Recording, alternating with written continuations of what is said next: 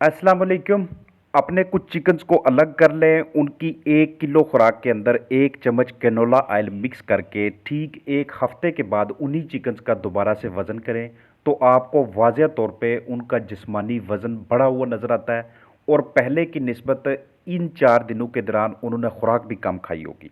अगर आप canola cooking oil को अपने चिकन्स की खुराक का हिस्सा बनाते हैं, महीने में कोई भी 4 दिन सेलेक्ट कर लें आप, तो इसके अनगिनत फ़वाइद हासिल होते हैं। जितने किलो खुराक का इनटेक होगा आपके चिकन्स का दोपहर की खुराक में, उतनी ही आप चम्मच कैनोला ऑयल की उसमें मिक्स करते जाएंगे। सबसे ज़्यादा ध्यान इस बात का रखना है कि जिस जगह पे आपने खुराक के अंदर ऑयल को मिक्स करना है वो जगह साफ़ सुथरी होनी चाहिए। मैं आपको नीचे की जानब शापर रख के दिखा रहा हूँ। कैनोला कुकिंग ऑयल अच्छी क्वालिटी का करीबी स्टोर से लेके ये आपने अपने चिकन्स की डाइट का हिस्सा बनाना है, उसको as a feed additive use करना है। बाज़ ऐसे होता है कि आपके पास जो फीड आ रही होती है उसमें सारे के सारे इंग्रेडिएंट्स ग़िज़ाइयत और ताकत उस मिकदार में नहीं होती जिस मिकदार में चाहिए होती है। तो उस सूरत में सेहतमंद चर्बी इकट्ठी करने के लिए कैनोला बीज को मसल कर उसमें से कैनोला ऑयल को तैयार किया जाता है, जो कि आपको बाकायदा पैक फार्म में दस्तयाब होता है। अगर आप बड़े पैमाने पे काम कर रहे हैं, मिसाल है आप 50 किलो के बैग में इसको शामिल करना चाहते हैं, तो पहले उसका थोड़ा सा हिस्सा खुराक का अलग कर लेंगे। उसके अंदर अच्छी तरह से मिक्सिंग के बाद फिर आप उसको बाकी खुराक के ऊपर बाकायदा तरीके से स्प्रिंकल करके दोबारा से हाथों से मसल मसल के, या फिर अगर आपके पास कोई मिक्सर मौजूद है, इस तरह की कोई मशीन मौजूद है, तो उसका इस्तेमाल करके आप ये सारे का सारा प्रोसेस आसानी कर लेते हैं। ये एक रेडीमेड एनर्जी होती है जो कि पैक फार्म में आपके चिकन्स के लिए दस्तयाब होती है।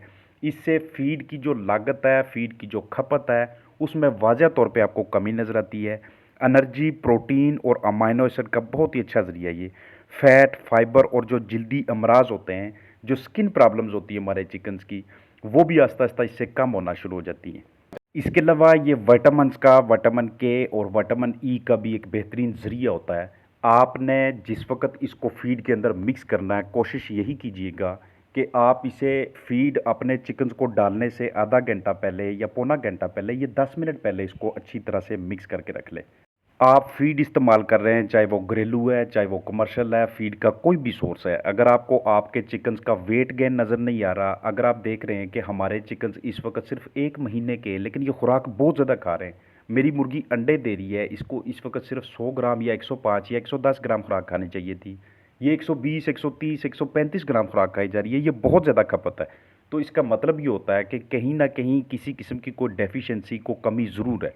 तो उसको पूरा करने के लिए, एनर्जी और प्रोटीन वगैरह का बैलेंस पूरा करने के लिए, खुराक की लागत को रिड्यूस करने के लिए हम इस तरह की स्ट्रेटजीज़ करते हैं, जो कि ना सिर्फ बड़े पैमाने पे अप्लाई होती हैं बल्कि घरेलू पैमाने पे भी बैकयार्ड चिकन रेजिंग के दौरान जिन्होंने थोड़ी तादाद में चिकन रखे होते हैं, उनके लिए भी ये हेल्पफुल किस्म की स्ट्रेटजीज़ होती हैं। जिस वक़्त आप इसकी मिक्सिंग कर रहे हो उसमें आपने इस बात का ख़ास ध्यान रखना है कि कोई भी दाना ऐसा ना हो कि जिसके साथ ये वाला ऑयल अच्छी तरह से लग ना जाए।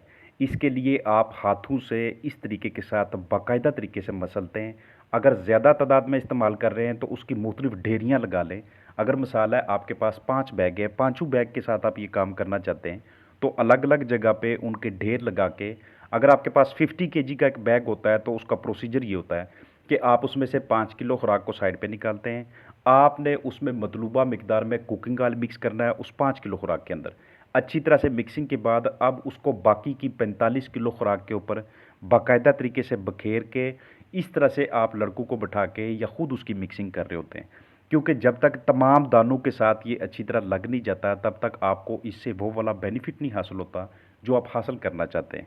तो अगर कभी आपको ये ज़रूरत पड़े कि हमने अपने चिकन्स को अमाइनो एसिड देने हैं, उनकी ग्रोथ में कमी हो गई है या जिस्म में किसी किस्म की कोई डिफॉर्मिटी नज़र आ रही है, उनके स्केलेटन में, उनकी बोन्स के अंदर सही तरह से हड्डियों की उनकी नशोनुमा नहीं हो रही, हड्डियों में मजबूती नहीं है, या फिर आपको विटामिन के देना पड़ता है, चाहे आप डिबीकिंग के बाद दे रहे हैं या किसी और प्रोसेस के बाद दे रहे हैं, विटामिन ई की ज़रूरत पड़ जाती है अपने चिकन्स की स्पर्म क्वालिटी को बढ़ाने के लिए, फर्टिलिटी को, अच्छी हैचबिलिटी लेने के लिए। तो अगर आपके पास कोई दूसरा सोर्स मुहैया ना हो तो आप कुकिंग ऑयल, कैनोला ऑयल को यूज़ कर सकते हैं। इसका किसी भी किस्म का कोई साइड इफ़ेक्ट नहीं है। तो पूरी उम्मीद है कि वीडियो आपके लिए मुआवन साबित होगी। अपना ख्याल रखिएगा। अस्सलामु अलैकुम वरहमतुल्लाहि वबरकातुहू।